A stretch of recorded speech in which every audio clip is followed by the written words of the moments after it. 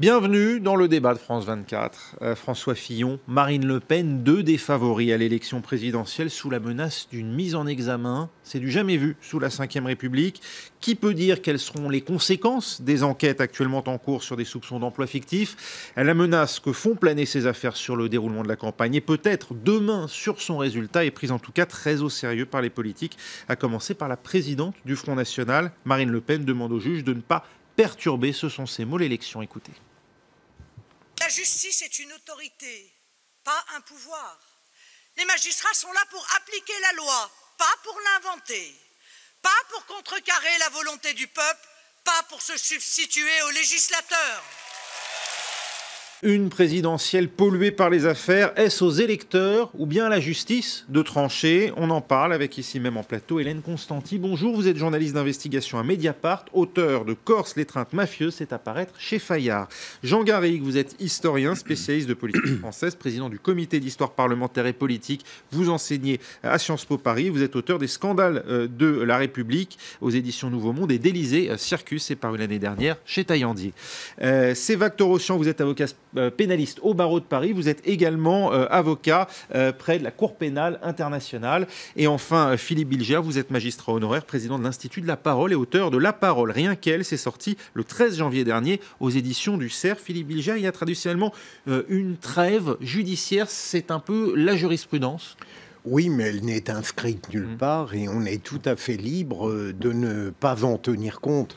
Je suis assez d'accord avec ce qu'avait dit le garde des Sceaux dans le journal du dimanche. Oui. Il disait, on va voir d'ailleurs ce que dit il y a une tradition qui fait que on ne fixe pas d'audience durant la période un petit peu intéressante, mais en revanche, on peut poursuivre une enquête et une instruction sans problème.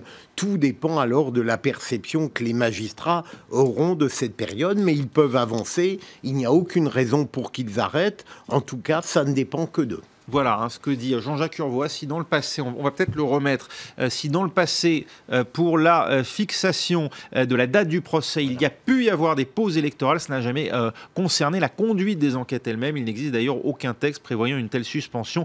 Quelle en serait la raison? Au nom de quelle exception? À mes yeux, rien ne le justifierait. Ça veut dire, Sévac Torossian, que même si... on avait pu imaginer, c'est plus le cas maintenant, mais que François Fillon soit directement renvoyé devant un tribunal, voire que si demain il était mis en examen, la date du procès ne serait sans doute plus, il n'y aurait pas d'audience fixée après le 17 mars, date limite de dépôt des parrainages, mais pour autant l'enquête, elle se poursuit et elle peut aussi concerner pour le coup sa femme. Oui, absolument. Évidemment, il y a une tradition qu'on peut considérer comme établie. Cela étant, il faut tout de même s'inquiéter et se demander pourquoi des faits qui sont aussi antérieurs font l'objet d'une enquête à 2 mois des scrutins et qui concernent évidemment, qu'on soit pour, contre, de droite, de gauche, des candidats qui sont en campagne. Ça, c'est un problème. En réalité, on a l'impression que le parquet national financier devient une espèce de parquet politique. C'est-à-dire que tout ce qui va toucher de près ou de loin le phénomène politique va l'intéresser. C'est une interprétation bien extensive de la loi de 2013 qui a été votée, qui l'a instituée, et surtout de la circulaire qui avait circoncis son champ infractionnel à ce qu'on appelait les affaires d'une particulière complexité. Alors si l'affaire Fillon est d'une particulière complexité, je crois que toutes les affaires vont l'être. Il faut rappeler que le parquet national financier est né au lendemain de l'affaire Cahuzac, qui a entraîné la démission donc, du ministre du Budget et sa condamnation ultérieure, bien sûr, pour une affaire de fraude fiscale. Jean Garrigue, c'est le problème finalement dans toute cette affaire, c'est le timing.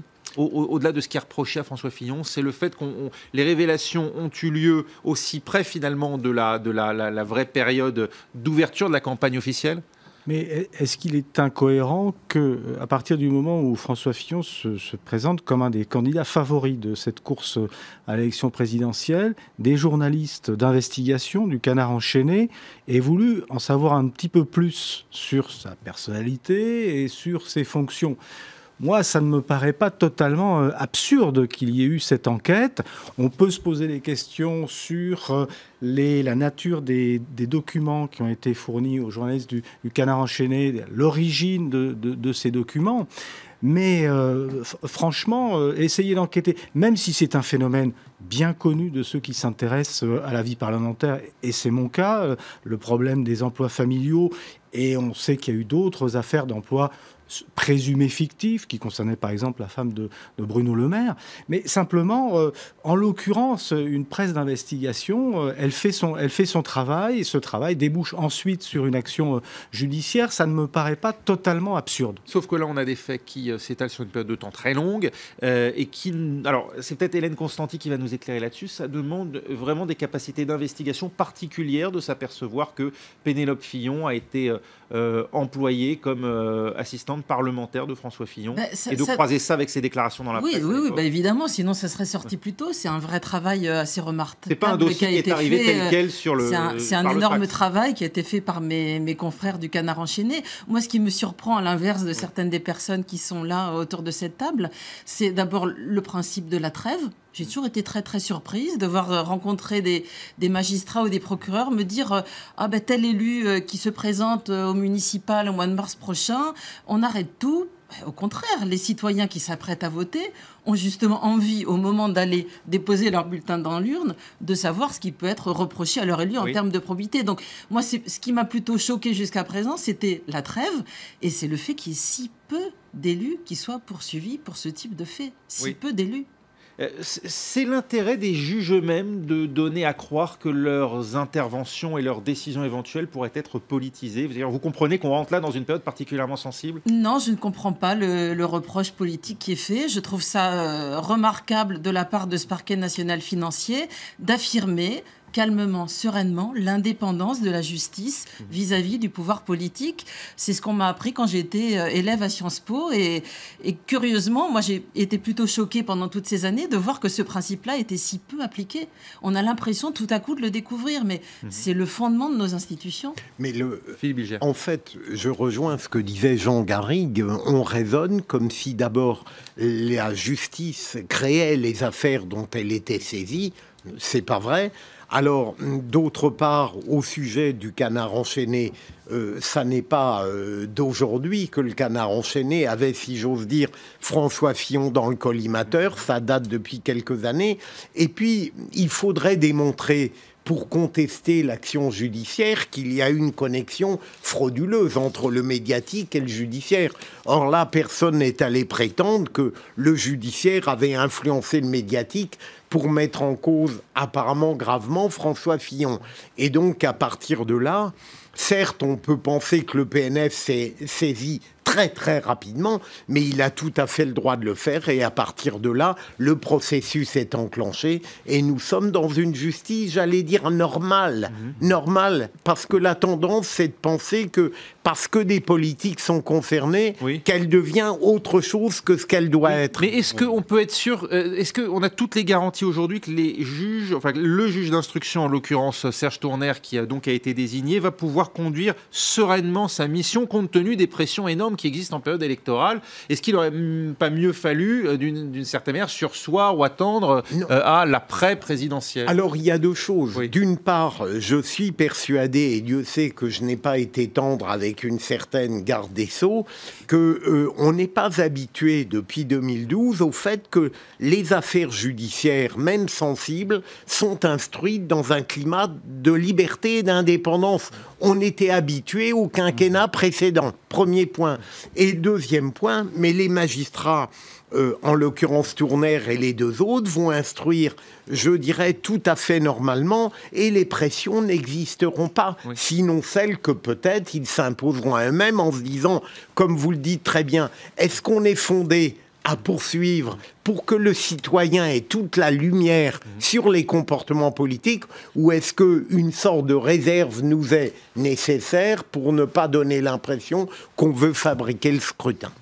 Jean Garrigue. J'ajouterais même que la conjoncture politique peut être un élément, au contraire, je dirais, de frein, en tout cas de modération à l'investigation judiciaire. Oui. On voit bien d'ailleurs de quelle manière il y a pu avoir surréaction de la part de François Fillon, de son entourage. Ce qu'on peut comprendre aussi, c'est de bonne guerre dans une campagne électorale. Mais en revanche, c'est vrai qu'il faut s'habituer à cette justice qui passe. Mais là, ça arrive vraiment à un moment particulier. J'ajouterais quelque chose qui est les Français sont en train de choisir leur président. Excusez-moi, mais 2 700 000 électeurs ont choisi François Fillon pour les représenter.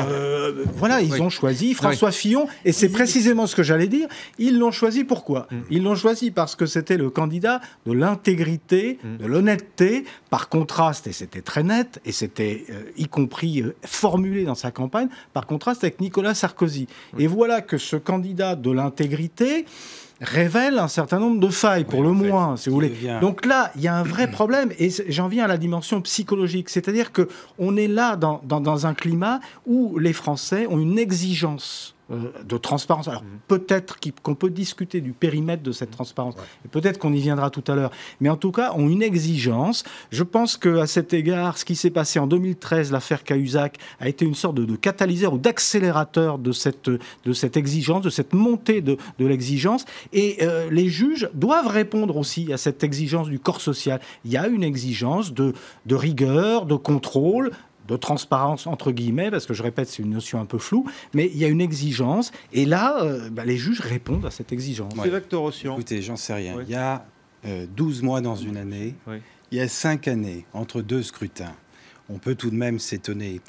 C'est étonnant, pardonnez-moi, parce qu'on trouve dans les réactions, notamment au sein des professionnels de la justice, si vous me permettez cette expression, des juges, des magistrats qui d'un côté font corps d'une certaine manière avec le PNF, et on trouve un certain nombre d'avocats qui sont sur votre ligne, qui ne sont pas forcément d'ailleurs idéologiquement à droite. On pense à Éric Dupond-Moretti par exemple, qui défend totalement dans cette affaire la position des avocats de François Fillon, selon laquelle le PNF n'est pas compétent pour juger. Ça, c'est encore autre chose. C'est encore autre chose. C'est un point central. Oui, mais effectivement, il y a une défense, mais je pense que les pénalistes raisonnent en termes de liberté publique. Voilà, c'est ça le grand problème. C'est-à-dire que nous sommes aujourd'hui dans une situation où, évidemment, le principe démocratique a été invoqué, le principe de la séparation des pouvoirs a été invoqué. Je crois que le pire, en fait, dans ce domaine précis, qui est ce que j'ai appelé le droit pénal politique, c'est une nouvelle forme de... les règles sont les mêmes, les infractions sont les mêmes, mais nous sommes arrivés dans un environnement qui n'était pas osé il y a 30 ans, mais il y a une évolution sociologique extrêmement intéressante à retracer, où le principe de la présomption d'innocence n'est nulle part autant bafoué. Lorsque vous avez un homme politique, qu'on le veuille ou pas, qui va peut-être être relaxé ou bénéficier d'un non-lieu, on ne sait pas, dans 1 an, 2 ans, 3 ans. Ça empêche d'instruire ça ? Ah non, ça n'empêchera pas, mais ce sera foutu. C'est-à-dire qu'on aura volé son élection. C'est pas pour défendre Fillon ou qui que ce soit, mais... c'est là où il y a un problème de sérénité. Le principe de la présomption d'innocence en matière politique n'a plus aucun sens. Voilà le problème. On ne peut pas traiter la matière politique ou comme en matière de délit de droit commun, parce que c'est une matière à part. Du fait de la publicité qui est faite en période de campagne électorale et de l'intrusion des médias. Alors là, on est vraiment sur le rôle conjoint des médias des médias et des partis. Les réactions particulièrement virulentes de François Fillon, autant que de Marine Le Pen, qui refuse de répondre aux questions qu'on souhaite lui poser sur cette affaire d'emploi fictif, montrent bien que nos élus ne sont pas du tout habitués à ce qu'on leur demande des comptes. Mais il va falloir qu'ils s'y habituent. C'est une demande énorme de l'opinion. Je pense que notre classe politique sous-estime cette soif de transparence et ce besoin qu'ont les citoyens, qu'on leur rende des comptes de l'action de leurs élus. Est-ce que ça ne nécessite pas, dans ce cas, que l'on préserve davantage le secret de l'instruction ? En tant que journaliste, j'y suis pas tenue au secret de l'instruction, et je pense qu'il y a le temps médiatique d'un côté, le temps judiciaire de l'autre. On n'est pas dans le même monde. Chacun a ses impératifs, chacun a ses règles.